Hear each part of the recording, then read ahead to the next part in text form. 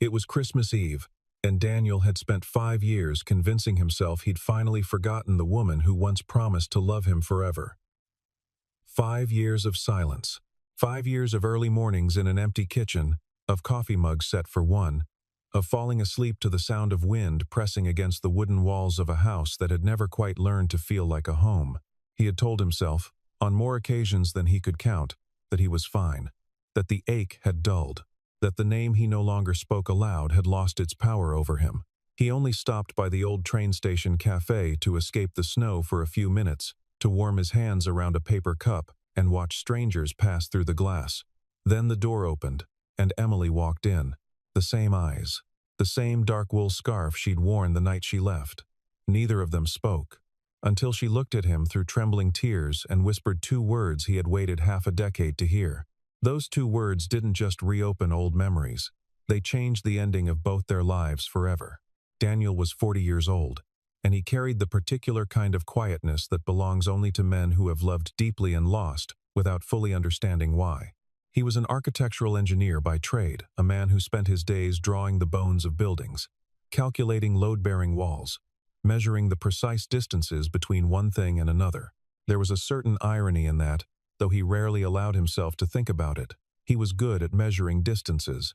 He was not as good at closing them. He lived alone in a small wood-frame house on the edge of town, set back from the road behind a row of bare-limbed oaks that had been old even when he first moved in. The house was modest, 2 bedrooms, a kitchen with a window that faced east, a fireplace he used in winter, more out of habit than comfort. The neighbors on either side kept their distance, which suited him. He liked the quiet, or at least, he had convinced himself that he did. He had not remarried. He had not even tried to date.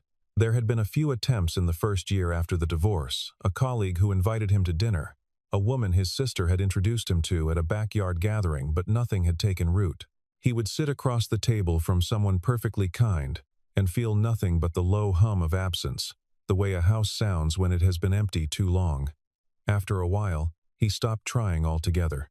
Not bitterly, not with anger, simply with the resigned acceptance of a man who had decided that some chapters, once closed, do not deserve to be reopened. On Christmas Eve, with snow falling in heavy, deliberate curtains outside his window, Daniel did what he always did. He drove his old pickup truck into town. He bought groceries enough for 2 or 3 days. In the practical way of a man who has learned not to over-prepare for celebrations. He stopped at the hardware store out of habit. He passed the bakery and did not go in. He bought a small Christmas tree from the lot outside the grocery store, a modest spruce about 3 feet tall, the kind sold cheaply at the end of the afternoon when the good ones are already gone. He bought it not because he wanted it, not because it would make the house feel any more festive. He bought it because he had bought one every year since the divorce. And stopping now would have felt like admitting to something he was not ready to name. He drove home. He set the tree on the kitchen table. He stood there for a long moment, hands in his coat pockets, looking at it. Then he turned around, got back in the truck, and drove toward the old part of town, not for any particular reason he could have explained. Maybe because the streets there were lit with the kind of warm yellow light that made loneliness feel almost picturesque. Maybe because he needed somewhere to sit for a while that wasn't his own 4 walls. He parked near the train station. He walked toward the cafe on the corner. He pushed open the door and stepped inside, stamping snow from his boots, and felt the familiar warmth of the place settle around him like a coat. He ordered a coffee. He found a seat near the window. He wrapped both hands around the cup and watched the snow fall. He was not expecting anything. He was not hoping for anything. He was simply a man taking shelter from the cold on the longest, quietest night of the year. And then the bell above the door rang. He looked up, not deliberately. Just the reflex of a man in a quiet room when a sound breaks through. The door swung open, letting in a brief rush of cold air and the muffled sound of Christmas music from somewhere down the street. And she walked in. Emily, his ex-wife. The woman he had spent 5 years trying to forget and 5 years failing to. She was wearing a coat he didn't recognize, charcoal gray, long, practical. but the scarf around her neck was the same dark green wool scarf she had worn the night she left. He would have known it anywhere. He had seen it in his dreams more times than he cared to admit. She stepped inside, brushing snow from her shoulders, and then she looked up and saw him. The color drained from her face, not in the way of shock exactly, more in the way of recognition, so sudden and so complete that the body doesn't quite know how to process it. She stood absolutely still in the doorway for a moment, one hand still on the door, the cold air pouring in behind her, and he sat just as still, one hand around his coffee cup, unable to move, unable to speak, unable to do anything but look at her. The woman behind the counter said something cheerful about closing the door. Emily stepped fully inside. The door swung shut. The bell rang again, softer this time, like an afterthought. They were no more than 15 feet apart, and it felt like standing on opposite sides of a canyon. Neither of them smiled, neither of them cried, neither of them said a single word. They simply looked at each other across the warm, Christmas-lit room for what felt like nearly a full minute, long enough for the song playing softly from the cafe speakers to change, long enough for the woman behind the counter to begin watching them with the politely curious expression of someone witnessing something she cannot quite categorize. The air between Daniel and Emily was not hostile. It was not angry. It was something rarer and more difficult. It was the particular silence of two people who once knew everything about each other and now do not know where to begin. Daniel thought about all the things he might say. He thought about standing up. He thought about looking away, back at his coffee, pretending. He did none of those things. He just sat there. And she just stood there. And the snow fell outside the window. And the cafe was warm and smelled of cinnamon and old wood. And for one suspended moment, it was as if the last 5 years had not happened at all. There was a time not so long ago, though it felt like another life, when Christmas Eve had been Daniel's favorite night of the year, not because of the gifts, or the traditions, or even the particular beauty of snow falling in the dark. It had been his favorite night because of her. Because of the way Emily looked in candlelight, because of the way she laughed when she burned the pie crust and the kitchen filled with smoke, and they had to open all the windows, even though it was freezing outside. Because of the way she curled against him on the couch, with a mug of cocoa balanced on her knee, and the tree lights casting colored shadows across her face. Those Christmases had been the happiest years of his life, though he had not always known it in the moment. He had taken them for granted the way people take for granted the things they believe will always be there. They had met 14 years ago, at a city planning conference of all places, not the most romantic of settings, but they had never cared much about settings. He had been presenting a proposal for an urban renovation project. She had been in the audience, representing her firm. She had asked a question during the Q&A that was so precisely the right question that he had laughed out loud, right there at the podium, in front of 200 people. She had flushed. He had apologized, and then explained that it was the best question he'd been asked all year. They had coffee after. Then dinner. Then, within 6 months, they were inseparable in the way of two people who have found in each other something they had not known they were looking for. He had proposed 2 years later, on a Tuesday night in December, right there at the corner table of that same train station cafe, the same place where they now stood on either side of a silence 5 years wide. Their early married life had been full. Full of plans, full of travel, full of the small domestic rituals that make a life feel inhabited. They had spent their first Christmas together decorating the house, from top to bottom, strings of lights in every window, a wreath on the door, a tree so large it barely fit in the living room, and had to be secured to the wall with picture wire so it wouldn't fall. Emily had made mulled wine and played Christmas albums on the old record player she'd inherited from her mother. Daniel had assembled furniture in the wrong order and pretended he'd done it correctly. They had driven through the mountains one December and gotten briefly, memorably lost in a snowstorm which had not been frightening at the time, only funny because they'd had each other and a flask of whiskey and a full tank of gas, and problems feel small when the right person is sitting beside you. Those early years had the particular quality of light that belongs to things seen in retrospect, a little too bright, a little too warm, the way photographs of the past always look as if the sun was kinder then. But time has a way of wearing things down, not through any single dramatic event, but through the patient, invisible accumulation of small things.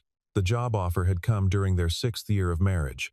Emily's company was expanding, opening a new headquarters in a city 400 miles north. And they wanted her to lead the transition. It was an extraordinary opportunity, the kind that comes once, if it comes at all. She had told him with the careful, controlled excitement of someone trying not to seem too eager for fear the other person would feel left behind. He had smiled. He had said all the right things. He had meant them. At first. But then the weeks passed, and the conversations about logistics, about which of them would move, about whether the house would be sold, about schools neither of them needed yet, and distance and timing, those conversations grew heavier each time, until they began to avoid them entirely. Daniel had his own projects underway. He had commitments, partners, a practice he had spent a decade building. Moving north was not impossible, but it was not simple. And he had waited, perhaps too long, for her to say she would turn it down. She had waited, perhaps too long, for him to say he would come. The gap between them widened slowly. The way ice cracks in spring, not all at once, but in quiet increments, each one almost unnoticeable, until the whole surface has given way. She went north for weeks at a time. He stayed. They called every evening at first, and then every other evening, and then whenever they could manage.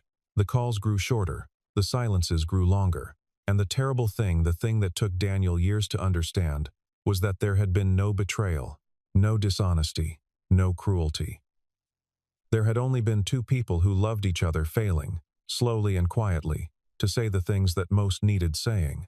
The argument, the one that ended everything, had happened on a Sunday evening in February, 3 years into her new job. It had begun over something trivial and escalated in the way that arguments do when they are not really about the trivial thing at all, but about everything that has been accumulating underneath it for years. He didn't remember now what the original subject had been. What he remembered was the quiet. The long pause before she spoke. The way she had looked at him, not with anger, but with something sadder than anger. And then, she had said it, softly, without looking away. Maybe we should stop.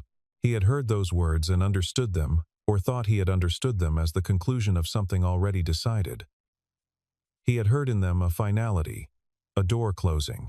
He had not heard what she had actually meant, which was closer to a question than a statement. Maybe we should stop and really talk about this. Maybe we should stop pretending everything is fine. Maybe we should stop before we lose each other completely. He had said nothing.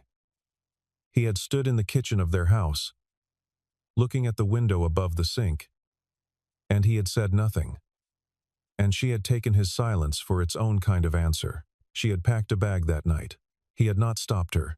He had stood in the hallway, watching her go, and told himself that she was right, that this was what she wanted, that stopping her would be selfish. He had not understood, until much later, that what she had wanted, what she had been waiting for, was for him to stop her. The divorce had been quiet, mutual, without lawyers, almost, and without bitterness. They had divided everything fairly and spoken to each other in the carefully polite tones of two people trying very hard not to wound each other any further. On the day it was finalized, Daniel had driven home and sat in the driveway for a long time, engine running, not quite able to go in. He had thought, this is the rest of my life now, and he had put the truck in park and gone inside and begun the slow, patient work of rebuilding himself around the absence of her. He had never quite finished that work. He suspected, sitting across a cafe from her on Christmas Eve 5 years later, that he had never really started it. Emily ordered a tea she didn't need, just to have something to do with her hands. She chose a table near the window, not the table they had always claimed as theirs when they were married, but not far from it either.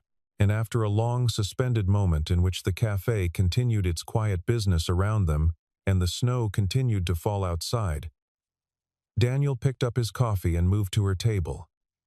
She looked up as he sat down.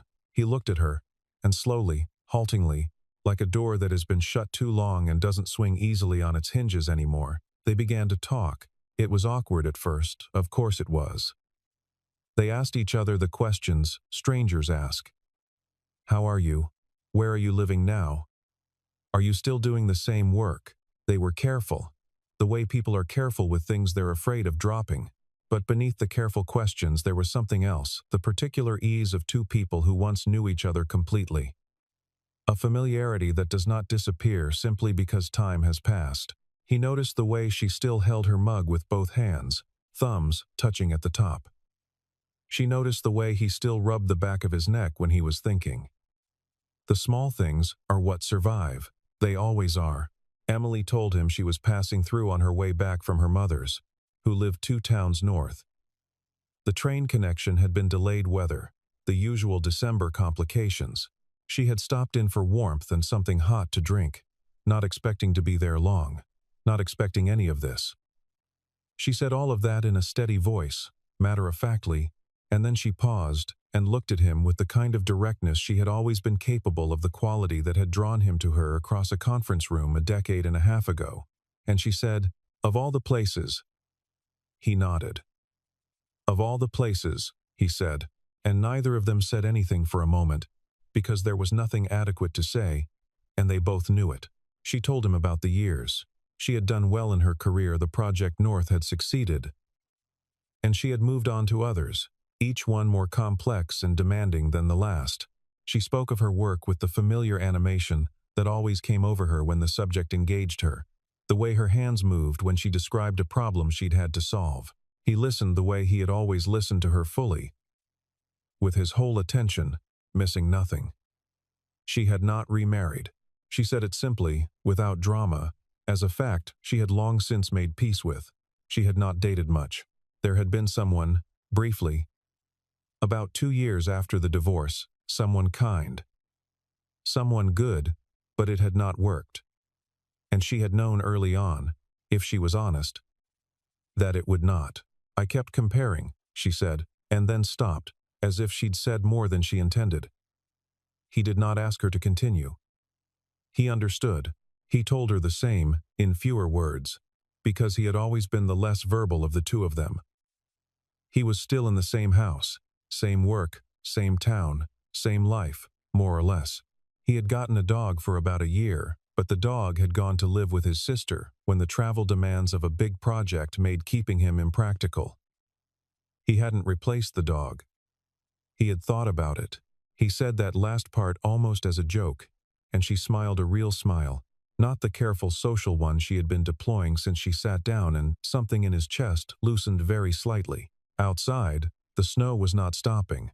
If anything, it was thickening, the kind of heavy, wet Christmas snow that coats everything evenly and makes the world look laundered. From inside the cafe was beautiful. From the parking lot, 20 minutes later, it was a problem. Emily's car, a sensible silver sedan she'd rented at the station, would not start. The battery, most likely, killed by the cold.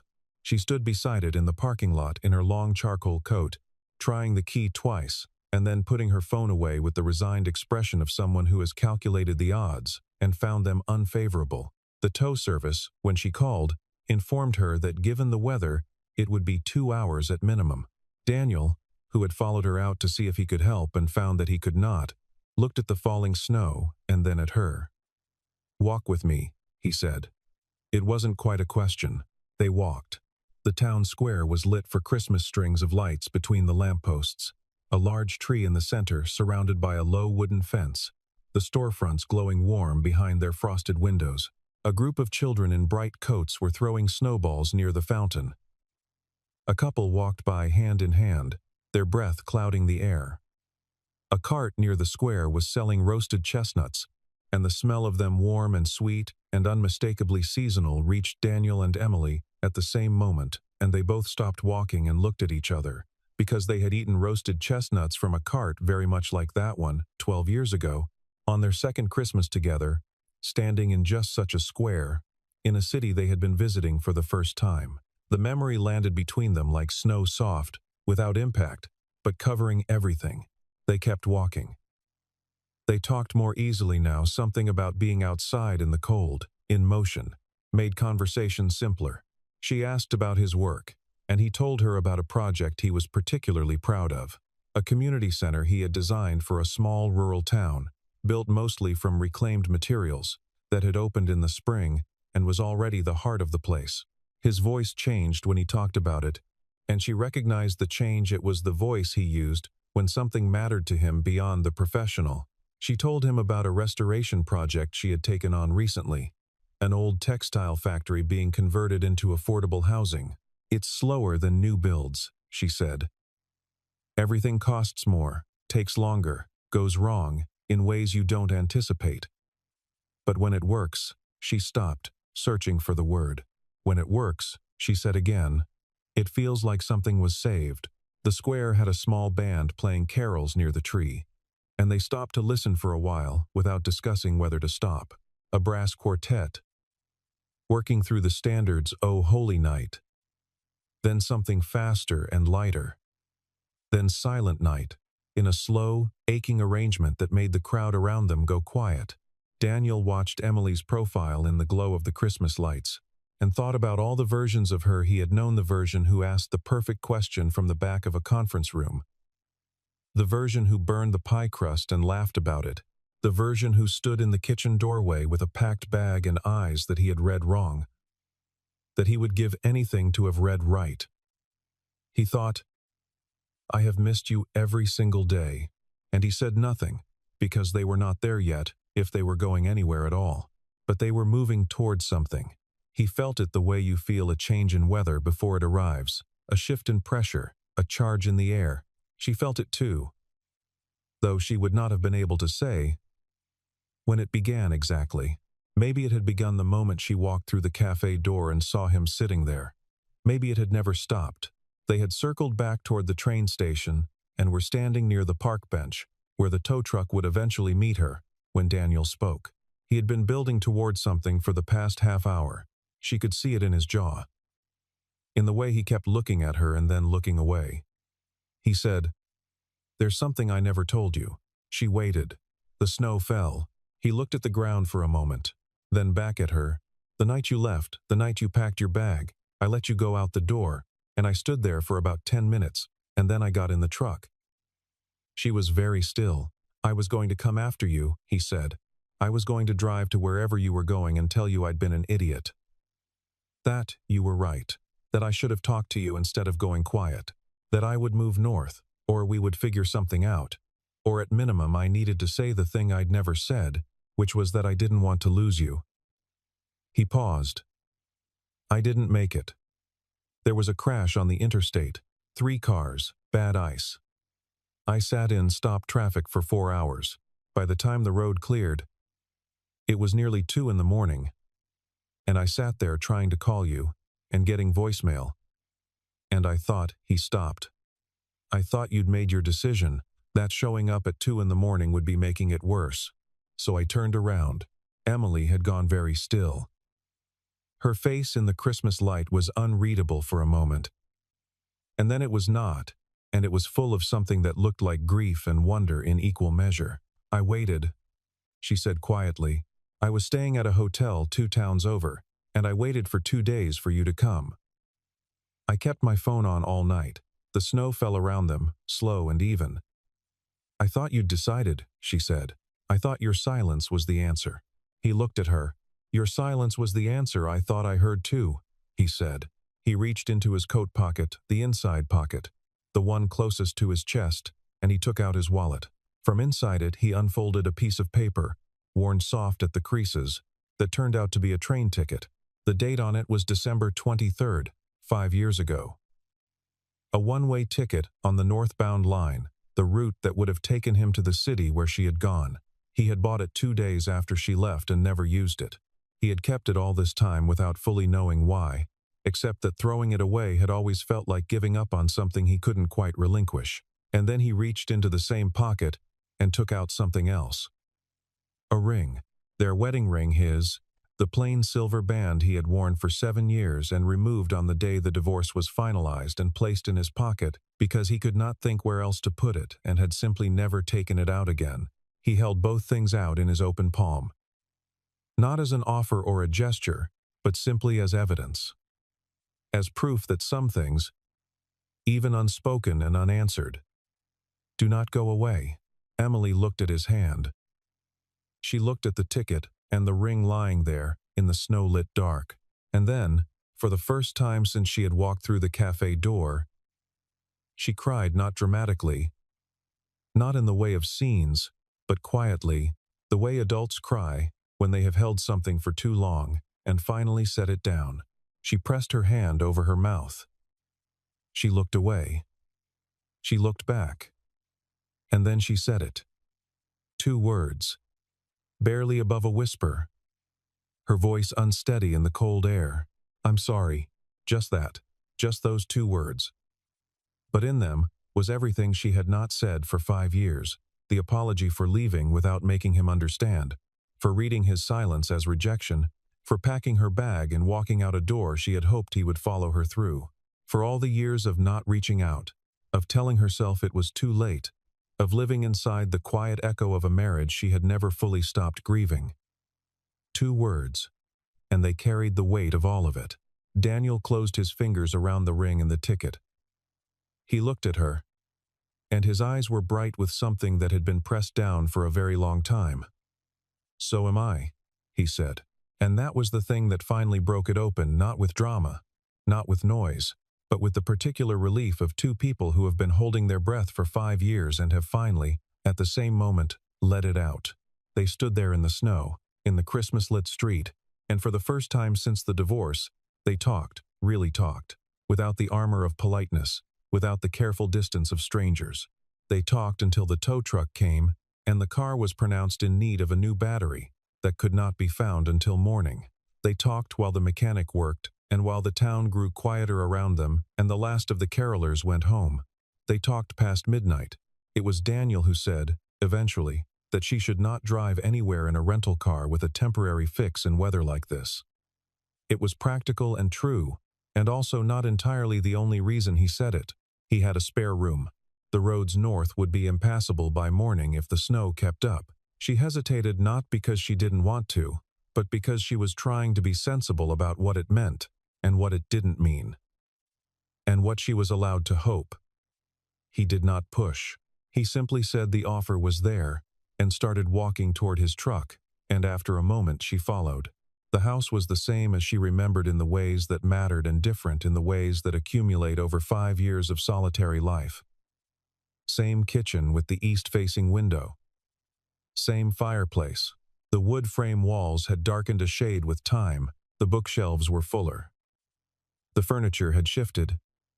The small Christmas tree he'd bought sat on the kitchen table, still in its plastic wrap, unsupported and slightly listing. She looked at it, and then at him, and he looked faintly embarrassed in the way of a man caught in a private admission. "I always get one," he said, by way of explanation that explained very little. "I know," she said, because she did know she had always known these things about him, the way he held on to rituals even when they no longer served their original purpose, the way he was stubborn about the small ceremonies of life. It had frustrated her sometimes. It moved her now. They cooked together. It was not planned, it simply happened. The way things happen between 2 people who have cooked in the same kitchen for years, and whose bodies remember the choreography, even when the minds have tried to forget. He had groceries. She knew where everything was, more or less. They made a simple supper, pasta, a salad, bread from the bakery bag he'd left on the counter. They opened a bottle of wine he'd been saving for no particular occasion. They sat at the kitchen table, with the small undecorated tree between them, and they ate and talked the way they used to talk freely, without agenda, following the thought wherever it went. After supper, without discussion, they decorated the tree. He found the box of ornaments in the closet, the same box, the same ornaments he had packed when he moved out of their old house and into this one. Glass balls in red and silver, a wooden star he had carved, badly, one December, as a gift to her, and which she had declared beautiful anyway, the small brass reindeer she had found at a market years ago. He lifted each one out with the particular care of a man handling things that are more fragile than they look. She hung them, mostly in silence. occasionally saying the name of the memory attached to each one, not with sadness, but with the gentle matter-of-factness of someone sorting through old photographs and finding more good ones than expected. At the bottom of the box was a smaller box inside a shoebox, taped shut with tape that had yellowed at the edges. He had forgotten it was there, or had pretended to himself that he had. She looked at it. He looked at it. He said, "That's I don't know if you want to." She said, "Open it." Inside were photographs. Their wedding photograph, the two of them on the steps of the courthouse, because they had wanted something small, and had gotten something small, and had been happy about it. A Christmas card she had made by hand the year she'd been between jobs and taken up a brief, intense interest in calligraphy. A handful of letters, actual handwritten letters, from the early years of their relationship, when they had been apart for a summer internship of hers and had written to each other on paper because the email felt insufficient. And one more letter, this one sealed in an envelope he recognized as his own handwriting, addressed to her, never mailed. She looked at the envelope. He took it out and held it. "I wrote it the night I bought the train ticket," he said. "I was going to bring it with me." She held out her hand. He gave it to her. She broke the seal carefully, unfolded the single page inside, and read. He looked at the fire while she read. He already knew what it said. He had read it only once, the night he wrote it, and had not read it again. But he knew. It was not a long letter. It said that he had been wrong to go quiet, that the distance between them had not been geography, that he missed her in the specific, irreplaceable way you miss someone who has become part of the architecture of your daily life, not just present, but load-bearing, that he was sorry, that he would spend whatever time was needed making it right, if she would let him, that he loved her. He had never stopped. Emily folded the letter slowly along its original creases and held it in both hands for a long moment, her head slightly bowed. Then she looked up. Her eyes were dry now. She had moved past the crying into something quieter on the other side of it. She reached up and unwound the dark green scarf from her neck, the same scarf, the one from the night she left, the one he had recognized the moment she walked through the door. She laid it on the table between them. "I wore it on purpose today," she said. He looked at her. "I always wear it," she said. "Everywhere I go." I couldn't explain why. Exactly. I just couldn't put it away." She paused. "Now I think I know why." He reached across the table and put his hand over hers. Neither of them spoke for a long time. Snow fell through the night. The fire burned low and was built back up. They talked until the small hours about everything and nothing. About the years in between. About the things they wished they had said and the things they were saying now. At some point, the conversation gentled into something less urgent and more peaceful. The way a storm settles after it has given everything it had to give. They did not make any declarations that night. They did not make any promises beyond the immediate. There was too much that needed to be understood slowly, carefully, without rushing. But there was something in the room, in the fire-lit kitchen of the small wood-frame house, with the decorated tree on the table and the letters put carefully back in their box, something that had not been there before she walked through the door. It was the tentative, fragile beginning of a thing that had never quite been finished. In the morning, the snow had stopped. It lay thick and still and brilliantly white across everything: the road, the yard, the bare branches of the oaks. The sky was the particular pale blue of winter mornings after a storm, clear and cold and vast. Emily woke first, in the spare room, and stood at the window for a while, looking at it. Then she went to the kitchen, and without fully deciding to, began making coffee. Daniel came downstairs to the smell of it, his hair not yet combed, and found her standing at the east-facing window with a mug, looking out at the white yard. He poured himself a cup. He stood beside her. They watched a cardinal land on the fence post outside, a flash of red against all that white, so vivid it looked almost deliberate. He drove her to the train station.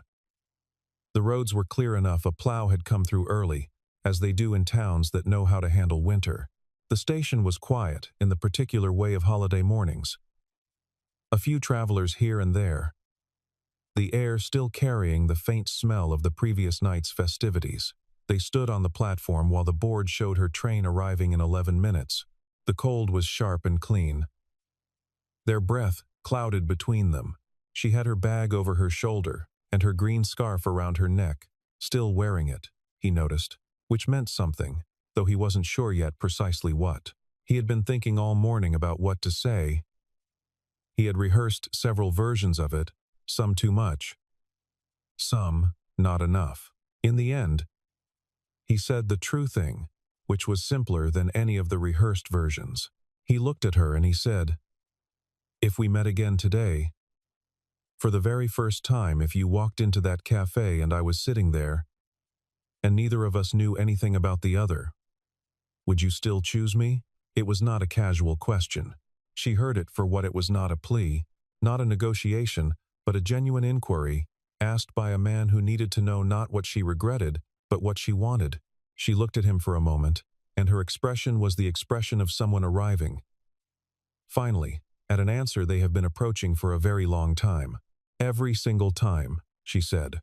He had kept the ring in his coat pocket all morning, had not been sure he would take it out, had told himself it would be too much, too soon, too freighted with the past they were still making sense of. But when she said those words every single time, he reached into his pocket and closed his fingers around it, and then he took it out and held it in his open palm between them. Not as a proposal, not as a demand or an expectation. He held it out the way you might hold out a compass, as something that had always known north, regardless of how far from it he had traveled. "This wasn't about the past," he said quietly. "It never was." She looked at the ring in his hand, and she looked at him, and she reached out and took it, not to put it on, not yet, not in the way of an immediate answer, but to hold it the way you hold something you are not ready to put down. The train came in on schedule, which was not something trains often do on the day after Christmas in a heavy snowfall, but which felt, on that particular morning, like the smallest possible miracle in a day that was already full of them. Emily stepped toward the platform. She turned back once. She was still holding the ring, closed in her right hand. She looked at him the way she had looked at him across a conference room 14 years ago, directly, openly, without pretense. "Call me," she said. He nodded. "Tonight," he said. She smiled the full smile, the real one, the one he had been waiting for since she walked through the cafe door the night before. Then she stepped onto the train. He stood on the platform and watched the train until it curved out of sight around the bend north of the station. Then he stood there a moment longer, in the cold and the clean white air of Christmas morning. He was not the same man who had driven into town the night before, with a 3-foot spruce tree in his truck bed and no particular hope for the evening. He was not sure yet what he was, but he was not empty in the way he had been for 5 years. That particular hollowness that a man gets used to carrying was not there this morning. In its place was something smaller and more tentative, but real, the way a room feels after a window has been opened. He walked back to his truck. He sat for a moment with both hands on the wheel, engine running, heater coming up slowly. He thought about all the things that would need to happen: conversations, decisions, the long, careful work of 2 adults rebuilding something complicated after a long absence. None of it would be simple, none of it would be fast, but it would be honest, which was more than it had been before. And honest was where everything worth anything had to start. He put the truck in drive. He drove home through the brilliant white morning, past the town square where the Christmas lights still glowed softly in the daylight, past the cafe on the corner where everything had changed the night before. He pulled into his driveway. He sat for a moment, looking at the house. Then he went inside, poured the last of the morning coffee, sat at the kitchen table beside the small decorated tree, and picked up his phone. Sometimes the greatest Christmas miracle isn't finding someone new.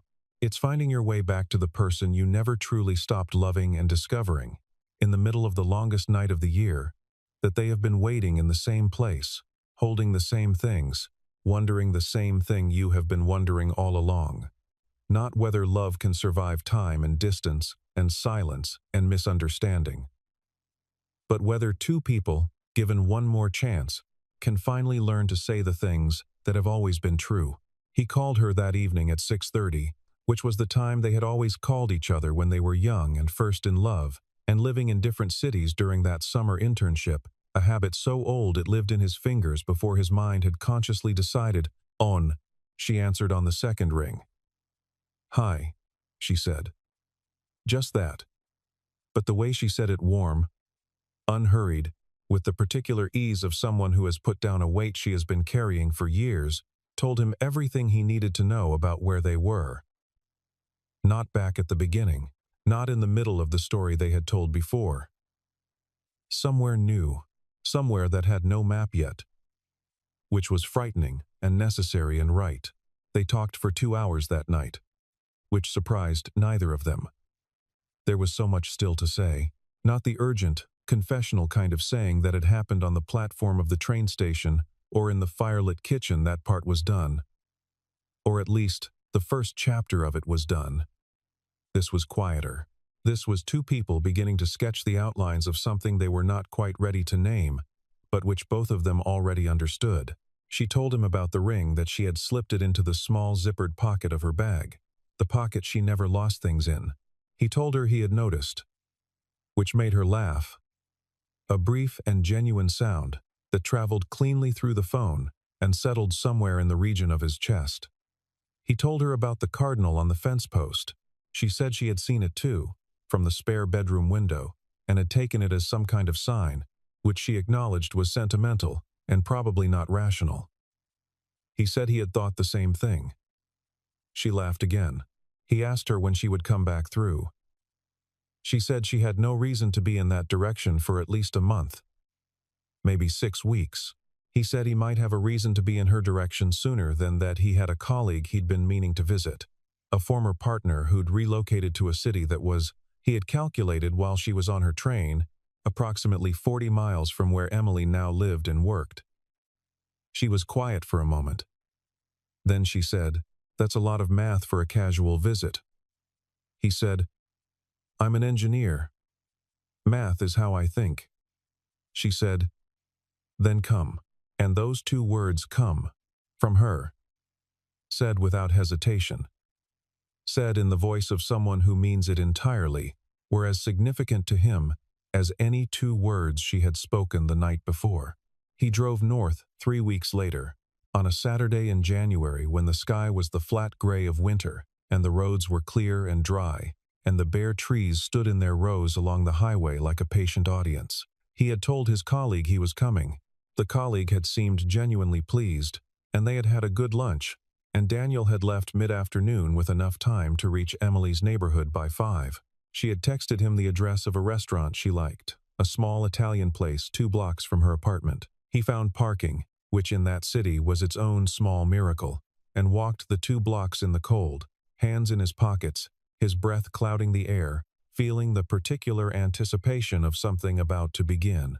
She was already there when he arrived, sitting at a table near the window, not a corner table, not the specific geography of their history, just a table near the light.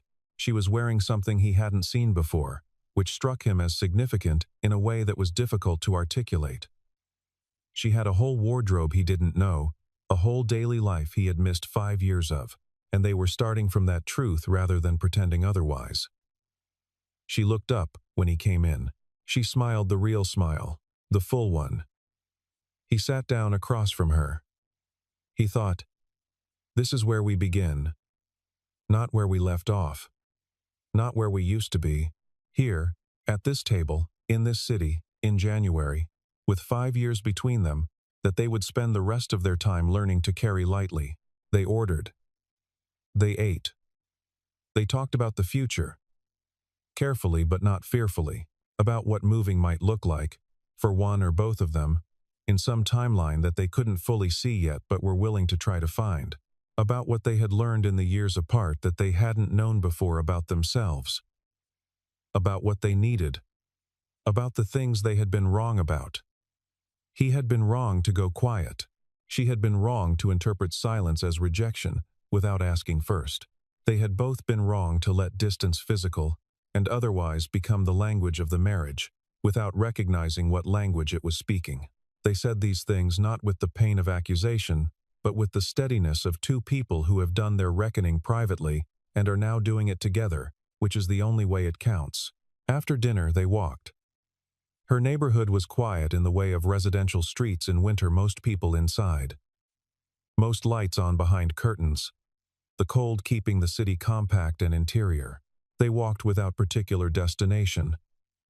Hands in their pockets at first, and then, after a few blocks, not. He reached for her hand in the way of someone taking a step they have been deciding on for a while. Not impulsively, but deliberately, as a choice. She took it. They walked that way for a long time, not saying much. And it was not the silence of two people who have nothing to say, but the silence of two people who are comfortable enough to say nothing, which is a different thing entirely, and one of the rarest things in a life. Eventually they stopped in front of a small park where a fountain sat dry for winter, surrounded by bare-limbed trees strung with white lights someone had not yet taken down after the holidays. They stood there looking at it for a moment. Then she let go of his hand and reached into the pocket of her coat and took out the ring. She had been carrying it with her, he realized, since the train platform. She looked at it in the light of the Christmas bulbs still strung overhead, and then she looked at him, and she placed it carefully in his palm. He looked at her. "Not yet," she said. And she said it gently. "As a beginning, not an ending. But I want you to hold it." He closed his fingers around it. He understood. There were things still to be built between them, slowly, correctly, on solid ground. The way he had spent his career building things meant to last. The ring was not a conclusion. It was a foundation stone. And for now, tonight, in January, in a small park with out-of-season lights strung overhead, and the cold, clean air around them, and all of it, all the years, all the silence, all the letters never sent, and train tickets, never used, all of it, laid out behind them like a road they had finally agreed to stop walking alone. For now, a foundation stone was enough. It was more than enough. It was exactly where they needed to start.